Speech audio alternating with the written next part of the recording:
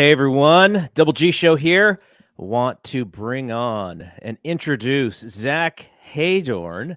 It's been, I don't know, when's the last time we chatted? It's been several months. Yeah, it's been a few months for sure. Been a few months, but man, I'm glad you had some availability today, and it's always good talking wrestling with you, man. So I'm glad to really glad to be here. So much so that it was a while ago. I don't even think, did you have Brass Ring Media really up and running at that time when we chatted? I did not. I did not. It was in my brain, and like kind of in the background getting started. But no, it's yeah. So we launched Brass Ring Media in September, right in the same week as like All Out, All In, Mm-hmm. like that week. And so yeah, we talked. I think it was like a couple months before that. Okay. So yeah, so it's going strong. Hopefully you guys check it out. But yeah, it's been a wild ride since the last time we talked. That's for sure. All right, before we get into the book, I do want to ask you about Brass Ring Media because it kind of fits very nicely into a big conversation around pro wrestling media that has been happening. It's been happening for a while, but I think there was a magnifying glass that was put on it because of the Backlash show. But Brass Ring Media, what is your goal with the brand, or with the, just all of the work that you guys are doing under this one label? Yeah, so our goal is to really kind of analyze and report on the wrestling business in a longer form way. So if you like listen to our podcast or check out our YouTube shows or read our work on Substack, or kind of peruse any of the member only stuff that we have on Patreon, most of it is this longer form analysis of wrestling. So whereas there's other organizations out there that do a really great job breaking news and digging for news and finding news to report on, we're you know th- when I started Brass Ring Media, it was like, okay, that space is covered, and it's covered pretty well. I mean, Hmm. it'd be kind of repetitive to just kind of dive into that space. I was like, what we do best and what I enjoy most and what I think my audience and our audience enjoys most is talking about the news and talking about Yes. things that are being reported, and talking about shows and talking about upcoming events. And so yeah, we took the perspective of, okay, we're gonna let everybody who does the breaking news break it, and then we're going to be there and be an arm where people can go to hear thoughtful conversation Hmm. around it. So that's what I hope is our niche, whether it's written or whether it's the spoken word via like video shows or podcasts. So you mentioned Substack, you mentioned YouTube, you mentioned podcasts, you mentioned Patreon. Like, those are a lot of vehicles in order to get access to you guys. I imagine you're sort of looking at this as like a giant experiment. Like, okay, what's working, what's not working? Should we keep all of these things? Do we need, does Substack work better? Does Patreon work better? Like, you're very early into this thing. I can remember, Yeah. when we started our YouTube and stuff, just all of the like the failures in doing stuff, and then you learn from that. Like, where do you see the things working for you guys in this experiment? Definitely an experiment for sure. For sure. I mean, we try things. Sometimes they work really well. Other times we're like, man, it's a good idea in theory, theoretically, but didn't work, in execution. So, to answer your question, though, we're trying to find a formula where we can thoughtfully and strategically be where our listeners want us to be. And we heard loud and clear, like when we first started and as we were working through things, like people like the YouTube show. The YouTube shows are really popular from a live listenership perspective. We get a lot of really good engagement and really good Hmm. conversation on those live shows. And so we started with one live show a week. Now there's 4 live shows per week. Wow. So we increased that. Um, the other thing we heard was, oh man, I love the YouTube shows, but I'm not always in front of my computer when I'm like wanting to consume your content. So can we get a podcast version of that? And so we started simulcasting the shows, from you on YouTube, and then also having them available later on to download as podcasts. And then part of like the Substack channel kind of fits in like in a little bit of a different category where we can do some like longer form interview work. We can do show reports where we're not, talking on Thursday afternoon about Monday Night Raw that was on Monday, and that has already been picked through, on various other channels. So this way we can just, get a review up on Substack, and we've grown our audience like really successfully on Substack. There's a lot of I think more and more, creators and content creators go to that platform to increase the audience, and so that's worked really well. So it's trying to find the mix. We're trying to find the mix right now of where we put our time, where do we like make sure that we can, reach our audience in the most efficient ways. And so right now, like that 3-prong approach of podcast, YouTube, and Substack has been the magic touch. But as you know, man, like, in a week's time, something can change like that, and we'll have to pivot again. So I mean, you hit the nail on the head. We are definitely trying things. It's trial and error, and the best thing is we've got an audience that's along for the ride. Our members really help us out a lot, and not just kind of being there and engaging with the work, but also giving feedback on, you thought that was cool. You don't need to do it anymore. So do you guys plan? It's a big yeah. Do you guys plan to try and cover events live? Like, for instance, Double or Nothing's going to be in Vegas. Like, I don't know how many people you're working with, but like, is there going to be, because that's where a lot of now we'll dovetail into this a little bit, but the idea of journalism versus content creation. Now they can kind of mix together nicely, but sometimes that they don't have to. But I look at the more successful people on YouTube, and it's somebody like a Denise Salcedo, who I love, and her stuff isn't really like, oh, here's the hard news. Her stuff is more like, oh, I get to interview Bianca, and I want to get to know Bianca. And then she puts it on YouTube, and she puts it in TikTok, and she puts it in Instagram Reels, and she just kind of grows the audience that way. But a lot of her being able to do that is based on her building her brand and actually getting access to the wrestlers or to the people who people want to hear from. Like, do you guys have an idea for that kind of approach too, or are you just sort of content with like, hey, wrestling is a television business, we can do most of the analysis that we do just by watching? Yeah, so we definitely want to cover shows live. I mean, we've covered a few this year already. And there's more on the docket to cover live. I was at WrestleMania. We were at Dynasty. We're going to be at Double or Nothing. We're going to like All Out is in my backyard here, so we'll be there. We'll be at SummerSlam. So we're slowly, getting the access that we need.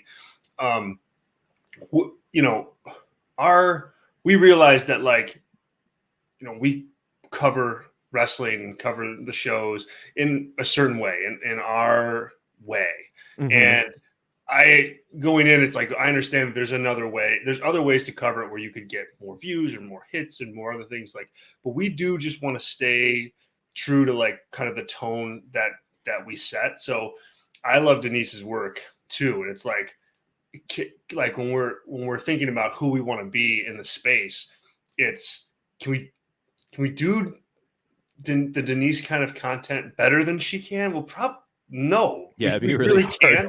So we have to find like another pocket, another niche, and we really want to work hard to like stay in that lane so people know what they're going to get when they come to us. And so, that doesn't necessarily mean like, are we going to get to know Drew McIntyre on like a 20-minute podcast about what his career was like and what his favorite food is, and like all like that's not our brand. But if you want to know kind of, hey, Drew McIntyre is really clicking as a heel right now, and you want to Mhm. spend 20, 25 minutes talking about why that is and talking with other listeners who are interested in why that is, what's happening, what has he done to change his character, what has he done to really kind of draw, increases, momentum as an act. Like that is where we would come in. That's where you'd come to us for that type of thing. So we try to find our lane, but we have been able to really kind of get in the door places.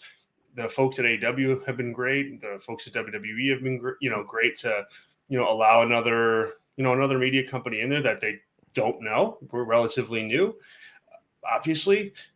So, we get the access we need to, but we're still going to cover the business the way we want to do it. Yeah, no, it's very cool to see what you guys are doing. I am always intrigued at the space, and Yeah. the problem with a lot of the content that I see is because YouTube is so keyword and title driven and thumbnail and graphic driven, you see a lot of over the topness on YouTube. And in order for personalities to get over, it's really about that persona rather than, in some cases, rather than what they have to say. So if you're trying to do it for real, if you're trying to do it with the story being the story and not the personality being the story, which is how we learned how to do it in journalism Right. or in media class, it's really hard because what you get, what monetizes on YouTube is actually the opposite, unless you have this giant channel where you've built up the subscribers and then you can kind of do some things. So it's a really interesting place to be right now in YouTube in the space. And it's going to constantly be changing, but it does make it hard for smaller channels to cover things in an honest and sort of non non over the top way. And so when I see guys like you, and you've been able to build up your YouTube subscribers in a short time to over a couple thousand, but in order to reach sort of the levels that you want, you're gonna have to do that, Right. 20x or Yeah. 50x, and that is a hard grind. So kudos to y'all for kind of digging in and grassrooting this thing. Well, I appreciate that, man. Yeah, and it is. I mean, it is hard at times, and it's a grind. I mean, as it's not easy to stay with the curve, let alone ahead of it. When it comes to like YouTube and the algorithm and all that craziness. And I really, and I don't know about you, but it seems like we will agree on this. It's what I just generally think that like if you consistently put out good stuff that you believe in, you know, yes, are there ways to like make sure you're in the conversation with good titles and good like all that is true. But the bottom line is you have to be confident about what you put out, and I think there needs to be an authenticity there, Mm-hmm. that people can connect with your content, because even if they do catch like a 30-second clip of your stuff and it's like, you know, they don't buy it, they don't buy you, and they don't buy that like what you're doing is real. It's like move on. There's a whole line of other channels waiting. And so I think it's really important to stay true to what you want to do, your brand, how you want to cover things. It's just like if someone saw me doing an interview with somebody about like, again, like their favorite food or something like something like Denise does so well, they'd be like, dude, what are you trying to do here? Why are you trying to, don't try to be Denise. We see through this. That's not you. So Um, I can give you a funny example. New Japan, when they first were getting really hot in the US and they were coming out to the US, they did some shows in LA, they did some shows in the Bay Area. And so New Japan invites the media to this like open space. It's and there's going to be talent there, and you're going to do some scrums and everything. So you're kind of there, and it's not that it's a new product in a sense, but sure. you're drawing from different media sources. And so I'll only mention this because I think this person, thought that this was great work and put themselves over. But Ryan Satin we were interviewing Hiroshi Tanahashi. And so you're getting like these really smart questions about, his, this is near the tail end, Okada has already taken over and Tanahashi can still go at this point. And, so it's really about the mystique and the uniqueness and the long history and kind of, where he came from and where he is now, where he's seen New Japan. And then Ryan Satin goes, by the way, what kind of conditioner do you use for your flowing hair? And it was kind of like a screeching sound to my journalistic, Yes. it was just like okay, this thing is kind of about to go over the edge here. And Tanahashi's a professional, so Right. he put it over in his own way. But Ryan Satin was so proud of that question because what he knew is that it was going to eventually go viral because enough people asked the same things about Tanahashi and New Japan that this one unique thing was going to be the thing that was goofy enough to kind of go viral on Twitter. And he was right. Yeah. And I'm not even taking away from what he said. He was smart enough to understand, I can't ask these same questions. One, because he doesn't really know. And two, he knows, he understands the internet and he understands what the virality of it is. So I that's just the example that sticks in my mind. And now we're here, gosh, that was probably, I don't know if it was 10 years ago, but it was probably close to 10 years ago. And now we're here, and that is more of what I think, the personalities, the wrestlers, and I think they kind of like that stuff because it humanizes them, and it's not only about business. We'll come back to more media stuff because I do want to ask you about kind of where we are in the space later. But let's talk about your book because this is what we had talked about prior. You wrote a book on Stone Cold Steve Austin, and this was a passion project of yours. And I guess everything is out and people can buy it, and so your project is essentially out there for people to read. It is out there. Yes, it is out there as of Friday. So a few weeks ago, we had our a big batch of pre-orders that went out, and once all those went out, we were able to announce an on sale, and everything kicked off on Friday. And so the book's called Stunning: The Wrestling Artistry of Steve Austin, and you can get it on Amazon. It is a wide but also focused look at Steve Austin's career, start to finish. So we start the book in 1990 with his first match as a rookie in 1990 or 1989, actually.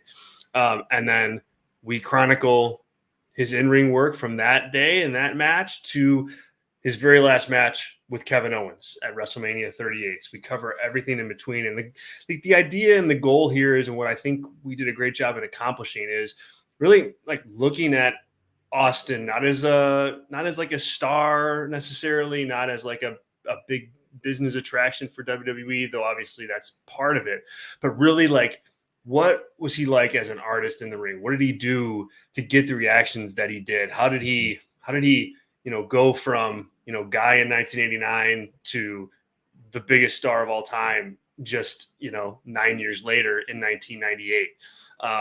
And I think we accomplished that, and we did so in a fun way. I like the way it's written. I like the way it's organized. We organized the book, in different eras of his career. So we, talk about Stunning Steve, and we talk about the Hollywood Blondes, and we talk about ECW Steve Austin, the Ringmaster, Stone Cold, of course, heel Stone Cold. We do a lot with that, and then wrap up with the end of his end of his career. So it's a really like interesting, and I think, one of a kind of look at the in-ring part of somebody's career, frame by frame, match by match, move by move. And it's proud of it. I'm really proud of it. I'm really thankful for Jonathan Snowden, and I'm thankful for Hybrid Shoot.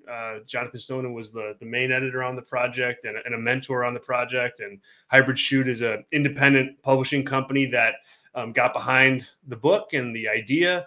And together we put it out, and K. Thor Jensen is the artist here with the book, and you can see that right there. He did the cover.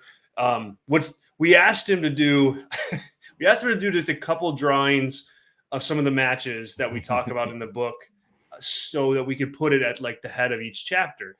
And he came back with over 100 original pieces of art for the project and for the book. And so those are scattered throughout and are really cool. And he did a really nice job. And so, yeah, I'm just thankful that we got to put it out. And it's surreal to kind of see that up on Amazon. And I think if you're a wrestling fan and if you're listening to the show, you will like this book. And I hope that you give it a shot.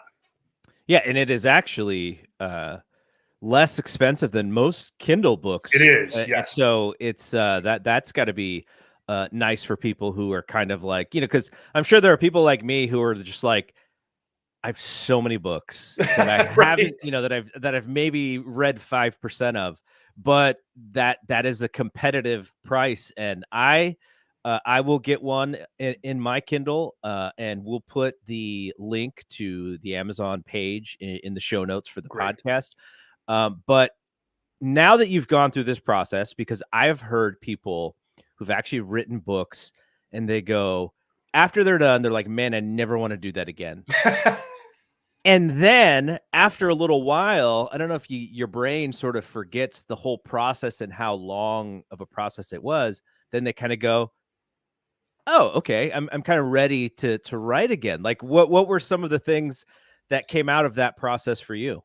Yeah, I mean, there's definitely moments of that. I mean, there's no question. Like, there's moments of, wow, like, wow, I can't, when you get a version of it back from the editor and it's like just doctored in red, and you're like, holy crap. Like, man, like, because you think you did a nice job writing it and it gets doctored in red. And it's obviously, it's nothing personal. It's trying to make the book better.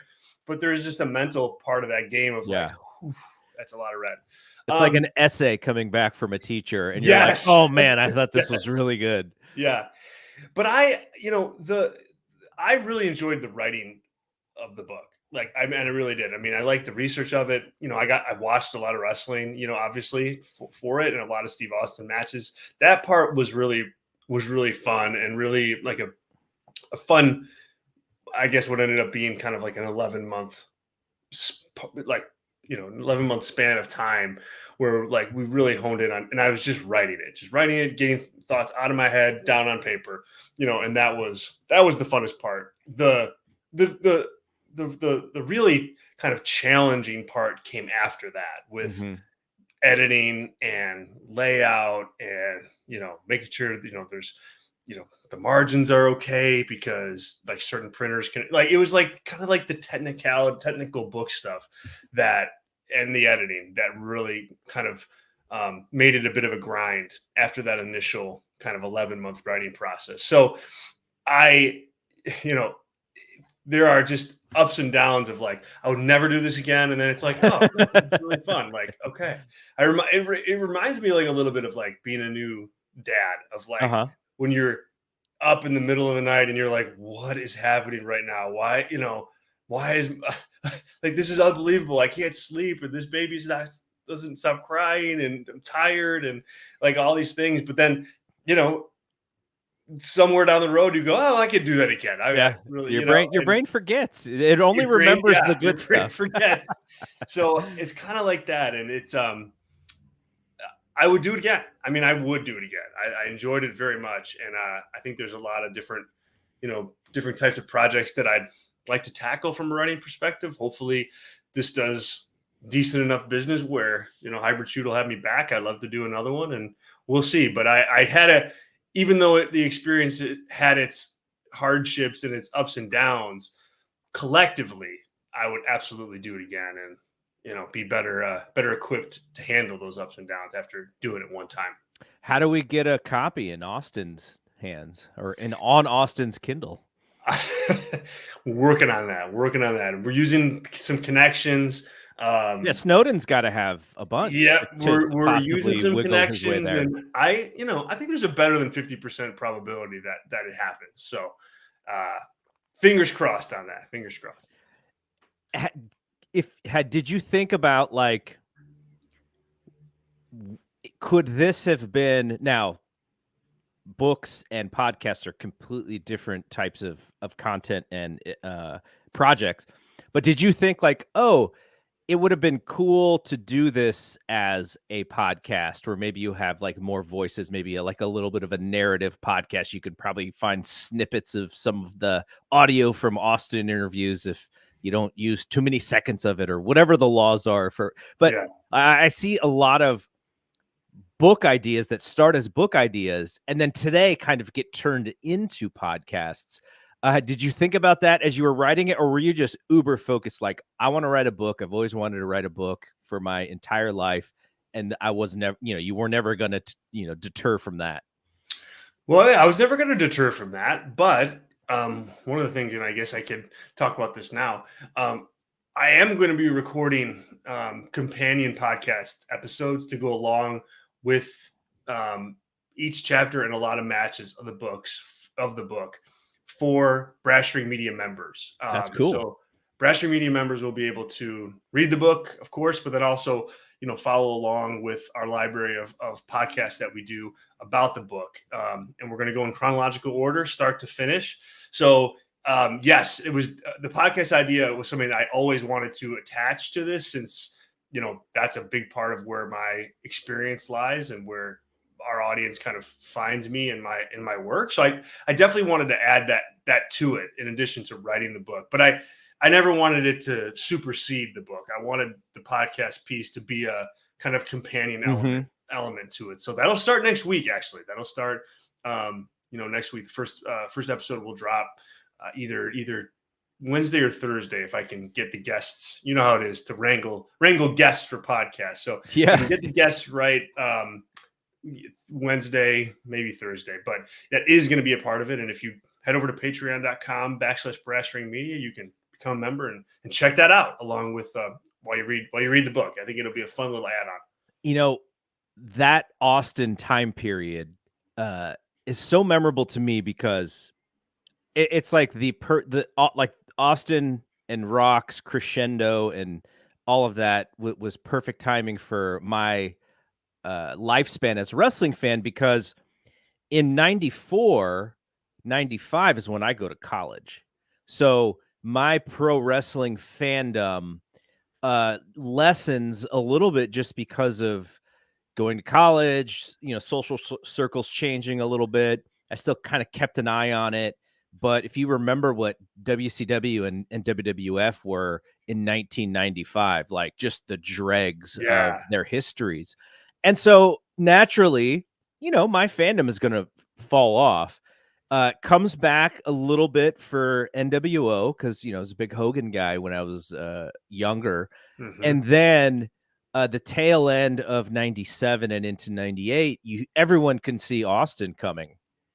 Mike Tyson coming in, was also big because you would actually see that on television. Like the news stations would report that Mike Tyson was involved in WWE. So at that point in 98, it's like, okay, like I'm at the tail end of school, about to be out in the real world. And I kind of have time to kind of get back into it. And then from, 98 through the end of Austin's run, I was just there for all of it. And if you think about like some of those shows, and obviously we have a lot to remember and to compare to today's wrestling, but in 19, let me see, let me try to think about when this was. So 2001, I'm at the San Jose Arena, which I don't even think it's called that anymore. The Shark Tank, wherever the Sharks play. Sure. And it's Austin and Triple H against Benoit and Jericho, one of the most famous Raw matches of all time. And I'm sitting in that arena, and we're already past the peak of the Attitude Era. So this is just kind of the remnants of that. Plus you have these new guys coming in. And the sound in that building is what I would compare anything to, if you're thinking about what's the loudest you've ever heard. And so even at the tail end of that thing, Austin is still drawing the loudest reactions, in the tail of his run. But when you look back and you think about it, it's like, it's this crystallized like 3-year period where he's the hottest guy going. And you look at today's wrestling, and if you were to crystallize 3 years of something, you're like, oh yeah, the bloodline. But the bloodline even took longer than 3 years, right? Now Right. it never got quite as hot probably as that Austin run. Like nothing really does. But when you're thinking about like how did this guy become the most famous wrestler, and then you look at sort of the history of it, like it really is a small amount of time, but it is so memorable. And it's almost like today's wrestling, you can't even really compare anything to it. I mean, same with Bill Goldberg, right? Bill Goldberg's like up and then down, like Yeah. Yeah. like in a short amount of time. But wrestling today is so much different. You don't have like that crazy peak. But I guess maybe what is comparable is like AEW's run from like 2019 to 2021 or 20, something like that, where it's just this crystallized period of time. Like, how is he still so remembered and still drawing, WrestleMania 38, he's the main event, and it's off of 3 years. Like, it's really amazing.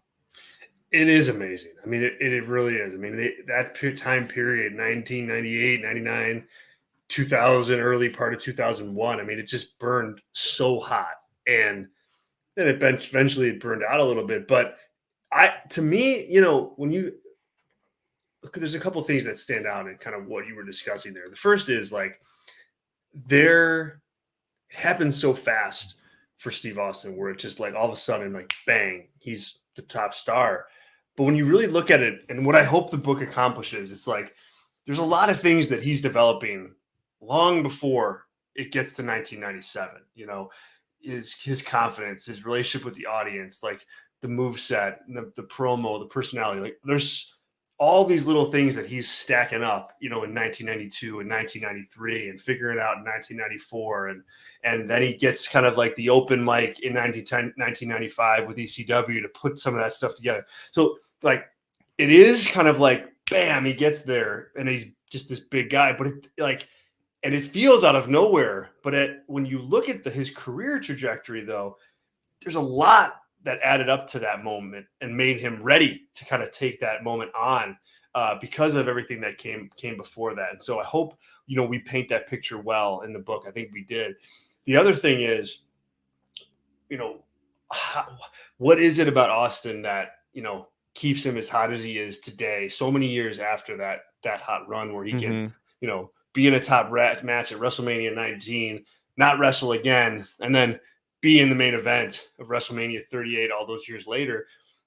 What I found in like working on the book and watching as many matches as I did and like transcribing them and analyzing them as much as I did, one thing that Austin always had as part of his arsenal is a connection with the audience. And he worked hard to get it. Like that was always a key part of his match. Like, yeah, he wasn't doing always the flashiest moves in the world. And yeah, like some of his matches aren't going to go down in history of, the 5-star classics. He isn't Will Ospreay. He's not Kenny Omega, but he deployed like an artistic kind of strategy to his matches where he was going to make sure that the audience was into them and invested in them and connected to it. And I think like to this day, that goes a long way with wrestling fans. They know that when you're watching Steve Austin, man, like he's into it. He's into it, and he makes you invested. And he had that part of his game in 1991 and still has it, in 2022 or whatever that was. I can remember because I was reading Pro Wrestling Illustrated because they were hot on him when he first started. Yeah. Pro Wrestling Illustrated was covering him, even though he was not in, either of the big two companies yet. And I can remember when he was coming in because I was already, our relationships to being sort of inside wrestling stuff, kind of up and down. You would have certain radio shows that would have information. And I remember hearing that Austin was coming to WCW. And I was like, oh, wow, like I've been wanting to see this guy because I would see him in the magazines. And, you heard about, this guy's like how he was presented was if his career goes to path, he could actually be the next Ric Flair. Well, what happens is it becomes the next Hulk Hogan in a different way. Yeah. But like that's how he was as a rookie. You know, he hadn't even been in wrestling very long, and he's already getting, you know, this label as the next Ric Flair. So when he comes into WCW in '91, I'm just all over it. I'm like, this dude is awesome. You know, there's stuff with Sting there very early on, so you can tell that they have high hopes for him. And then he just, you know, there's just the Dangerous Alliance stuff where he's kind of like almost at the top, but not quite at the top, and then he just never gets there. And then Hogan comes in, and it's a much different story at that point. And he reads the room better than anybody else, so he knows, and he's got to change trajectory.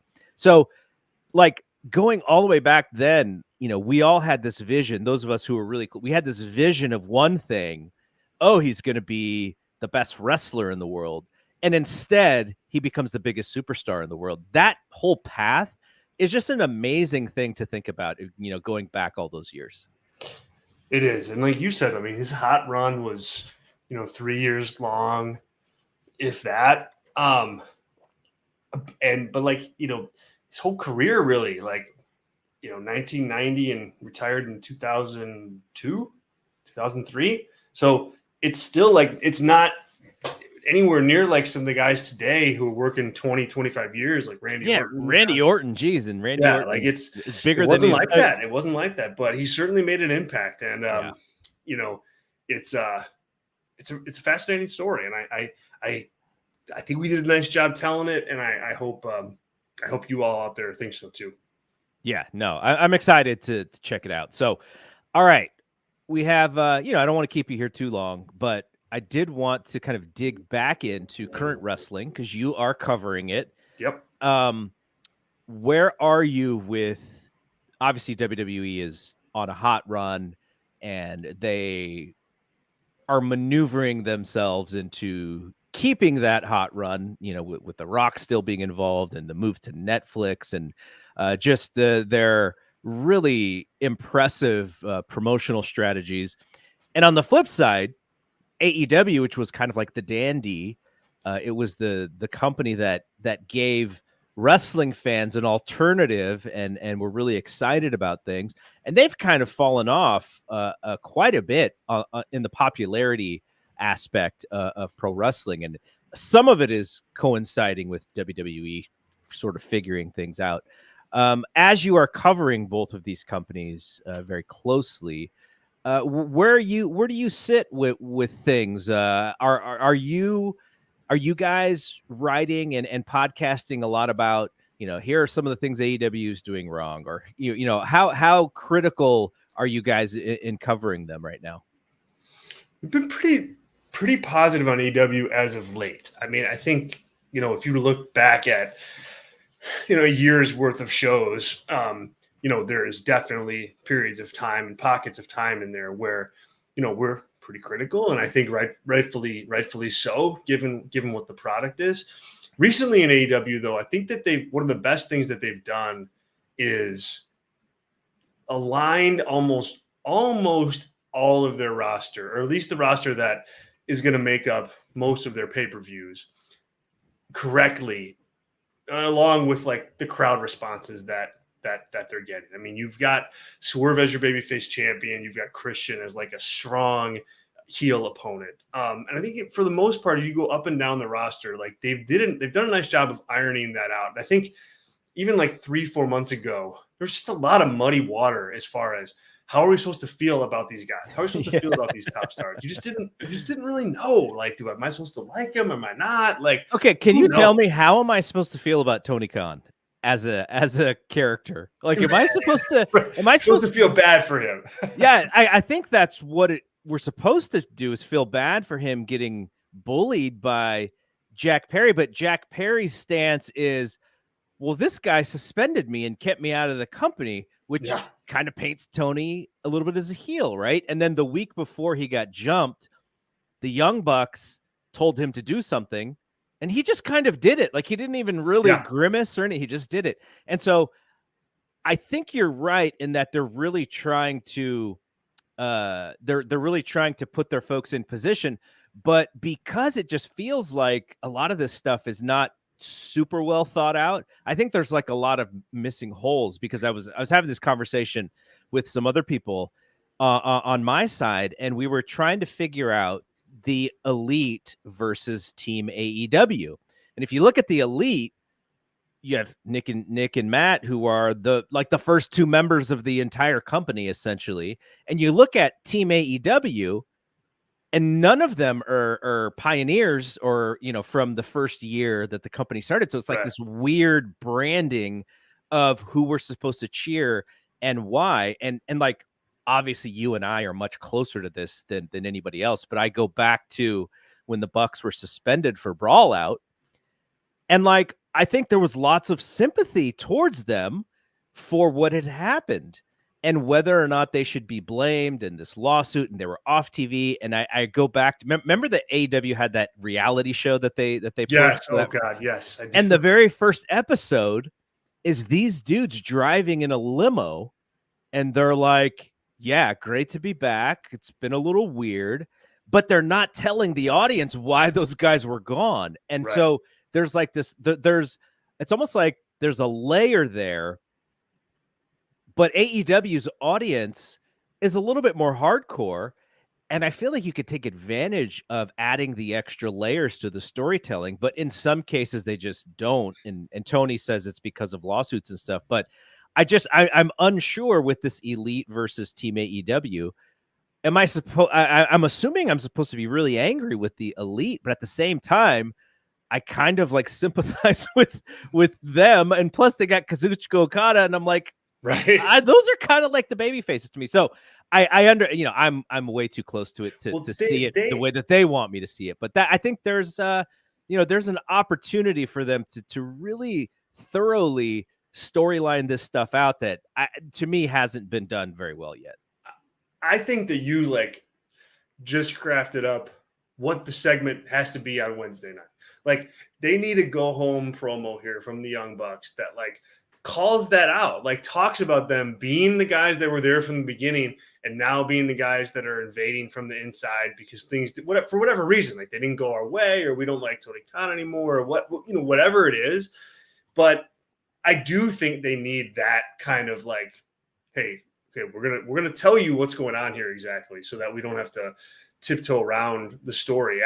So and more broadly, well, I think that the characters they have aligned where they can continue to get better is by filling some of those plot holes that you outlined. Because I think more people can see through those than maybe you and I even think. Because I think so too. Like, look, I think the product's gotten better the last 6 weeks, but the numbers certainly don't show that that it's trending that way. I think they did 642,000 this week. I mean, so they continue to lose eyes. I think if you fill in some of those plot points, even if you think it's something that we have a smart audience, they already know that, it doesn't mean don't do it. It just means it polishes up your product even better. So I very much want to second what you mentioned on that point, because I think it's important to not just for this storyline, but across the board, for AEW, like that polish, when you're doing 52 weeks of TV and more, you got to have it. You got to treat it as such. And I don't think they do all the time. And I think if they did, and when they do, they reap the benefit. So are you going to Double or Nothing? I'm not. Someone else on the team is going, and we'll be there as an organization, as Brass Ring Media. I won't be there.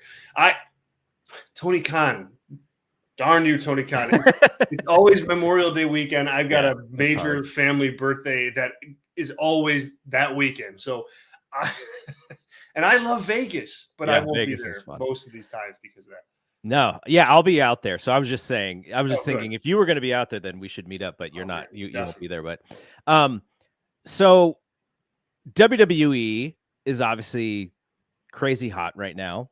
I know there are still folks who, they can acknowledge that WWE is very popular. And I'm hearing from people who casually follow wrestling and who were much more diehard wrestling fans when they were younger. And they can pretty much keep up with the main beats of what's going on in WWE without having to follow the television as closely as we do. But there's still a pocket of fans who they just refuse. Like, it's just years and years and years of WWE being not fun to watch. And then plus, there's lots of black clouds still over their heads Right. with the Vince thing, the Saudi Arabia thing, they're doubling down.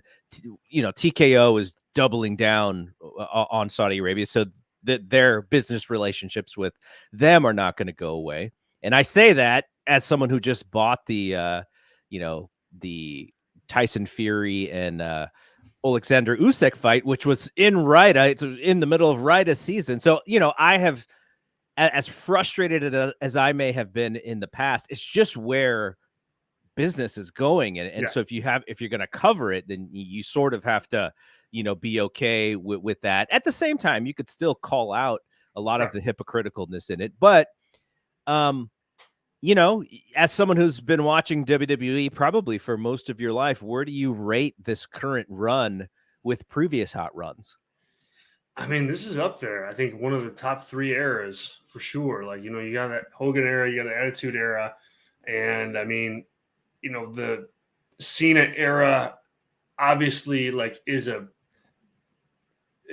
period of time, where it's a popular product and there's still a lot of people watching it, but I just don't think it had like the heat that this recent kind of 2-year period to today has had. So yeah, I kind of that's how I kind of lay it out. I mean, look, they are doing gangbuster business right now. I mean, they're selling lots of tickets.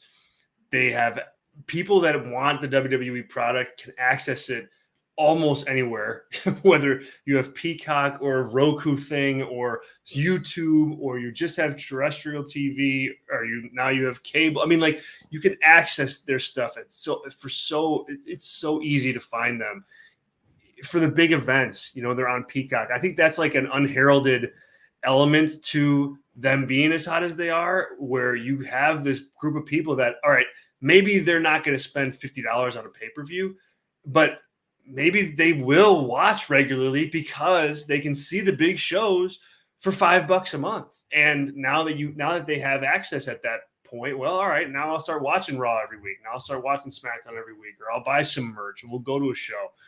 And so I think that's a part of the business that I think is humming along. But really, they've got some key star power. I mean, that's the bottom line with it. Not to like, be the Austin guy on the show and use that podcast, but it's true. You had Roman Reigns, who you leaned on for such a long time to be like a star act. I think they took the right course with him and didn't feature him all the time, so that when they did, it felt like a big deal. And now you have Cody Rhodes kind of taking the ball and continuing to run it downfield. Totally different type of star, but somebody that people will pay to see, just like Roman. Mm-hmm. And I think that's key. And, on top of that, a new creative vision from Triple H, an audience that was kind of starved for that new creative vision for so many years under Vince and Kevin Dunn. And now there's a different presentation. All of these things are happening at the same time. And I think that's just making for a kind of renewed investment and a lot of momentum for the company. And look, they've got to dodge their way around this, the Vince stuff. The black clouds are there, and the process hopefully is going to play out, the right way, so that the victim gets exactly what she wants and deserves. The Saudi Arabia thing is going to keep people away. I mean, there's no question. It's just going to do that. That's a decision that WWE's made, and they should be called out for it. But even those two things there aside, it's still a property and a product that people want to see right now. And I think that just like any other wrestling company, it's got to do with the talent, and it's got to do with the stars being treated like stars. And Netflix historically wanted to be sports adjacent. They did not think that live sports was part of their business. They want to be owners. They don't, in that sense. Yep. Now, the change in their economics is that they now have an ads tier for their subscriptions that they want to grow, right? They really want to grow their ads tier. And I've said this before, which always boggled my mind, but they make more money off of the ads tier customer than they do off of the customer who pays extra so that they don't have ads. So that is a market that is opportunity for them. And so they choose WWE as kind of their attempt at live sports or commercialized sports. The 3-hour block of Monday Night Raw that we expect is probably going to stay on Mondays. And now, WWE's been early to the ball game on some of this stuff. If you go even back to the WWE Network. Yeah. Yep. Now the NFL is coming on Christmas. So you can imagine what Christmas is going to look like the week before WWE goes on Netflix. Now there's this opportunity where a ton of people are going to get subs to Netflix who don't currently have subs just to watch their NFL. And what is going to be plastered across that broadcast? Well, probably some WWE Raw stuff like, hey, we got Raw. So there's just lots of great opportunities that they've created. And you just mentioned the Peacock thing. Like, I can't imagine. I mean, maybe they will want to stay in good graces with Comcast because I think Comcast is still a tremendous company. But I would just assume that all those pay-per-views go onto Netflix and that's a new, that's a new deal for Netflix. It's a second deal to work with that company. So many great opportunities that have been created for them. Nick Khan, the best hire that they've had, maybe in the history of the company. So lots, so many. I don't think they're going anywhere, obviously, but they're going to have to take advantage of the opportunity because I've been maybe louder than most about the beginning of this Cody run. I didn't think AJ was the right person. It almost felt like he was like shoehorned and there wasn't a long-term idea. This Logan Paul thing is kind of glitzy. It's shiny, but it also feels a little shoehorned in. But I'm imagining that we're going to eventually get to, what we're going to get to with Roman or with Solo or with, whomever else is coming. There's a Randy Orton thing that they could do if they want. And then, to get back to The Rock. So I'm sure they have that sort of long-term stuff ready to go, but I wasn't happy with these first two title defenses for Cody. But in a sense, they can kind of keep riding this wave through the summer and then get to where they need to go. So I'm not bothered with it, but I was just like, man, this is something that I really am frustrated with AEW is like the long-term thought out process doesn't seem to be there in some cases. And it felt like that with the Cody run as well. But, they're hot and I imagine they're going to stay hot. But always the downfall has just been the hubris and just been the like, we're great. We got this thing all figured out. And then the creative gets bad and they're not cool anymore. So I hope that they can sustain. All right. Last couple minutes here. I want to go back to this wrestling media thing. Dave and I interviewed Lucas Charpiot, who was in France. He was at the Backlash event, and he asked a question about Drew Gulak, and he mentioned a couple of websites as to the sources of his information. And Triple H handled that question very poorly, I thought. It sort of became a little bit of a joke, considering, there's questions about how hard his job is and this and that, just that kind of stuff. But that created a nice conversation. Dave talked about it. John Pollock and Brendan Thurston had Lucas on, and they talked about it. And we also learned in that interview that the PR person actually told Lucas after he asked the question that it was a bad question to ask. And I think there's been some pretty good dialogue about wrestling media. We mentioned earlier that a lot of it is just really content creation now. And while you can kind of blend journalism and content creation together, there's going to be a large segment of the wrestling media who who doesn't care about the journalism aspect of it. They care about their views. They care about their relationship to these companies. If they lose that relationship, they lose the ability to monetize stuff. So it's this interesting conversation that's going on right now. What did you think about all that stuff that happened?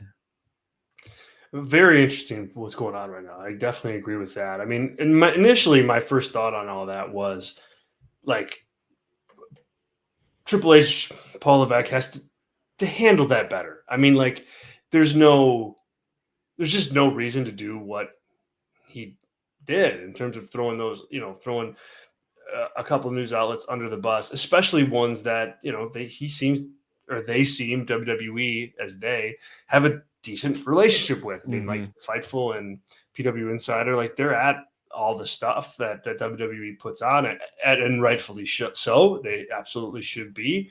So it was just like, you got to have a thicker skin than that. I mean, you're the face of this billion-dollar company. You're putting yourself out there with creative. You're doing the press conference. Like you have to have a thicker skin when you answer questions like that. So that's the first thing that came to mind. And then the second thing that I think is just interesting about the whole space, based on your question, not everybody is that are in those rooms or in those scrums, or they're not all wrestling journalists. Yep. Like, I know for sure, and that's not a knock on any of them. We like one of my partners at Brass Ring Media. He does our flagship show with me, Tyler Sage. Like he regularly says, like, yeah, I'm not really a journalist. That's not like the hook necessarily that I'm going for. I'm not like you, Zach. I have a different take. So not everybody is that. And you have to look at each kind of source independently and try to get insight as to what they're there for. If we at Brass Ring Media are doing a story on, Japanese wrestlers in WWE, or that were in main events of WrestleMania, right? Or in matches at WrestleMania, and we were at the scrum, and that was our big story. Well, we're going to ask a question about that, because that's the story that we're there to cover. Yep. And so that doesn't mean we're ignoring other big issues. It just means that, like, we're there doing the job that we're supposed to be doing per, the reason we're there. And so I think that there's so many just different elements of what, media is. And I think that now includes, wrestling journalists, but also content creators and everything in between. And so not everybody has the same agenda. And I think Triple H in that moment, I like, aside from having like a pretty thin skin, also just kind of dismissed that notion of, hey, not everybody's here for the same reason. Not everybody's here for the story. There's a lot of different ways for wrestling media to represent itself in 2024. And I think it behooves not only people on Paul Levesque's side of the mic, but on our side too, to recognize that everybody's got different objectives. Yeah, that's an interesting thing that you just said, because when I can think back to being in press conference rooms for MMA, which is mostly where I have the experience of being in those rooms. I've been in I want to actively avoid the pro wrestling ones, because I don't want to be part of the song and dance. Like, for instance, I've given out this example before, but for Double or Nothing, I think it was 2 years ago.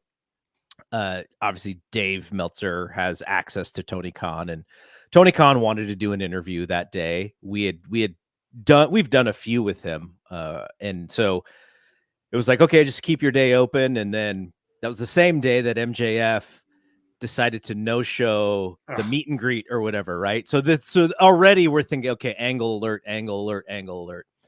So then Tony Khan is like, keeps pushing off this interview, and so Dave is telling me, like, yeah, he says, in a couple of hours. So then we just kept checking back in with each other. And so this thing gets pushed out to like midnight or 1 a.m., I think, when Tony was finally available. And I was like, this is nonsense. We're going to be sleepwalking through this thing. So anyways, that doesn't happen. And then in the opener of that match, which was Wardlow and MJF, Wardlow kind of crushes him and beats him very quickly. And then we have this airplane story. And so they created an event of what is MJF doing, right? So then you go to that press conference, and I think Dave's first question was about MJF, and Tony's like, I can't talk about that. And at that moment, I was like, you just wasted all of my time this weekend. Like, that's how I personally Yeah, took his yeah, no yeah. comment answer. I was like, you wasted my time. Now, he didn't actually waste my time, but I didn't want to be a part of the show, right? I don't, I have a friend who you remember when Jericho hit the water bottle with the bat and Yes. he hit somebody. That's a friend of mine, Oh, and that person was now sort of a part of the show at no inclusion of his own. He's just sitting there at, just waiting to ask questions like everybody else. So when when it becomes part of the show, that's where I kind of am like, my journalistic yeah. tendencies tell me that is the space that I need to avoid, not something that I need to kind of lean into. So anyway, all of that being said is I just kind of pull myself out of that. But your comment about what your beat is and asking questions in that beat, you got one shot, right? So if you Yeah, took that's that it. You have one shot. Yep. if you took that one shot and you were like, hey, Drew Gulak, and Triple H was like doing his jock, locker room shtick about, bullying the people that he wants to bully, then that's a wasted opportunity for you. Now, if you didn't have that story, if you didn't have the Japanese wrestlers at WrestleMania story that you were writing, maybe you were writing about Drew Gulak, then that question and Triple H's answer actually gives you so much That's space exactly right. Yep. to write about everything, right? And that's why Triple H's answer was bad, because the person, now I don't, Lucas was asking a question, I think because he thought it was an important question and wanted to ask something that actually had some teeth to it. But if your story was really about the Drew Gulak thing, that answer gave you so much stuff to write about, and it's the opposite of what Triple H would have wanted to do. And so Right. that's why his answer was bad. And that's why I think, I don't know if Nick Khan thinks about it this way, but if there was a if Nick Khan could kind of duplicate himself and give him a little bit more of a wrestling mind, Nick Khan is so savvy with the media that you wouldn't have that same problem that you have with Triple H. So I think your assessment of Triple H's thin skinness is right on, and he's so close to it, and he comes from that mentality of, Right. protect the business at all costs. And like, because I'm reading, I read through Steve Kern's book, his second book, which is really good, and I think we're going to interview him at some point. I'm also reading a different book by Dean Silverstone, who's Cauliflower Alley Club, and just Oh, really old school, and like just the mentality of those guys, protect the business at all costs. And you would think that in 2024 we're kind of beyond that, but no, like that is still his instinct, and it's unfortunate because WWE is going like this, and I think that mentality is gonna stop some of the possibilities of continuing to grow. So just my, I'm glad that you mentioned that, because I thought that was a very valid comment. All right, you have a book that's out, you have a website, all these really good things. Congratulations on getting that out. Where can people find you? Where can they find all of the Brass Ring Media stuff? Get your plugs in, and like I said, I'll have a link to the book in the show notes as well. thank you so much for having me, man. I really appreciate it. It's always a blast to talk with you. You guys can find the book on Amazon right now. It's called Stunning: The Wrestling Artistry of Steve Austin. It's available now. You can get it as a Kindle edition, e-edition, or as paperback. They're all shipping out pretty darn quick, so you won't have to wait too long at this point anyway to get your copy. Would love for you to try it out. Would love to hear your feedback and your thoughts on what you thought of it. You can find me on social media, mainly on Twitter, X, Zack, ZACK _ Heydorn, HEYDORN. Got just Twitter stuff, man. Love talking to people, love engaging with people in the right way. You can also find, plugs for other stuff that we do at Brass Ring Media and a bunch of other stuff with the book. So Zack_Heydorn. And I hope you give us a shot at Brass Ring Media. We've got you covered kind of on your day-to-day pro wrestling analysis, current event based. We're live on YouTube Monday through Thursday, twice on Thursday. Actually, we have a late night show that goes live late Thursday night. So you can catch us there with different hosts, different perspectives, different show styles, but it's all there on YouTube. Just search Brass Ring Media YouTube and you'll find us, subscribe, hit notifications. If you can't listen to us on YouTube, all of our live YouTube shows you can get as a podcast. So wherever you get your podcast, you can download us. Just search Brass Ring Media and we are there. Our written works on Substack. And finally, if you want to become a Brass Ring Media member and get bonus everything as far as Brass Ring Media goes, we have a free member podcast, pay-per-view review shows. We've got a Discord community where all our members hang out, talk wrestling and talk life and just, shoot the breeze with one another. It's a blast. You can become a member on Patreon, patreon.com/Brass Ring Media. It's only $4 a month to do that. And starting this week, Wednesday or Thursday, the first companion podcast for the book will drop. I'm really excited to do that for members. So that's a good opportunity to do that. If you forgot everything I said about Brass Ring Media, Brass_Ring_Media on Twitter. We pretty much keep that thing locked and loaded with everything that we have going on. So I appreciate all of you. And thank you, man. It's been a blast. 10 years ago, if we were doing this, and I did it like actually 2008, you would go to get your domain, and you would go to WordPress or whatever, and you would build out a website as like everything.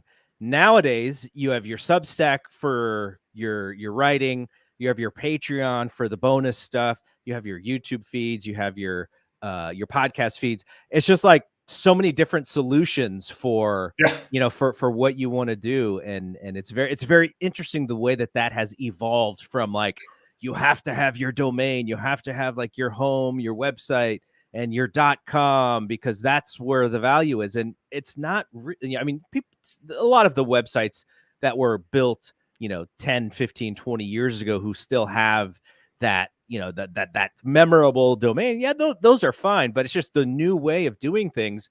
It's not necessarily go get your domain and host and X, Y, and Z. Like, there's so many different solutions to what you're trying to do now. There really is. And it's hard to, like, for the website thing, it's just hard to crack, because there's so many websites that have owned the space. You got to, as I said at the top, you got to find your own kind of spot. And we're starting to find ours, but it would certainly be great to have all you on board. So all right, man.